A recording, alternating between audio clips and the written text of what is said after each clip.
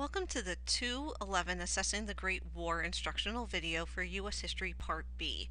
In this lesson, we're going to be focusing on the actual impact on lives, on soldiers and casualties during World War I.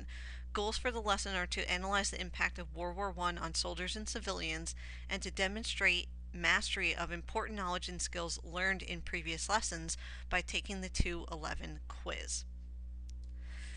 To present some of the statistics and information about casualties during World War I, the lesson is going to be going over some information for you, or presenting some information for you in these two hotkeys here on the slide. Why so many unknowns? That went over why there were so many unknown soldiers in the war.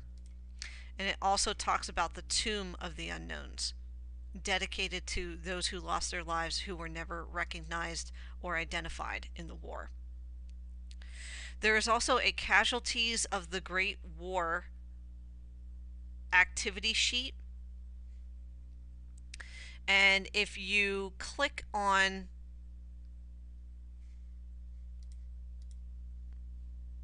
this link right here, you'll be able to download the Casualties of War activity sheet, which will ask you questions about casualties during the war.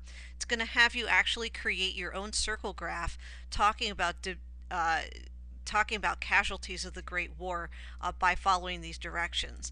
Then you're going to use that graph that you create to answer questions 1 through 6. There is a graph in the course that will help you create your circle graph on page 642. So page 642 in your textbook will help you complete this portion of the activity.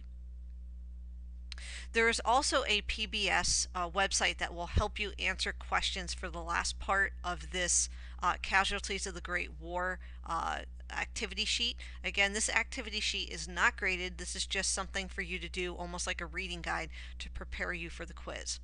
If you open up the PBS, the Great War, World War I casualty and death tables, you will actually be able to see visuals of World War I casualties and data to use to complete that particular activity sheet. Okay, so it should open up for you an external window and give you graphs and data to be able to process to answer questions on that sheet. Once you've completed the activity, make sure that you take a look at the Chapter 28 highlights that are on the remaining slides of the lesson, on slide 4 and slide 5. Finally, at the end of the lesson, there is a reminder or prompt to go and complete your lesson quiz 211, which is located just underneath the 211 lesson, Assessing the Great War. So please then click on your quiz, complete that, and you will be finished for lesson 211. If you have any questions, please let me know.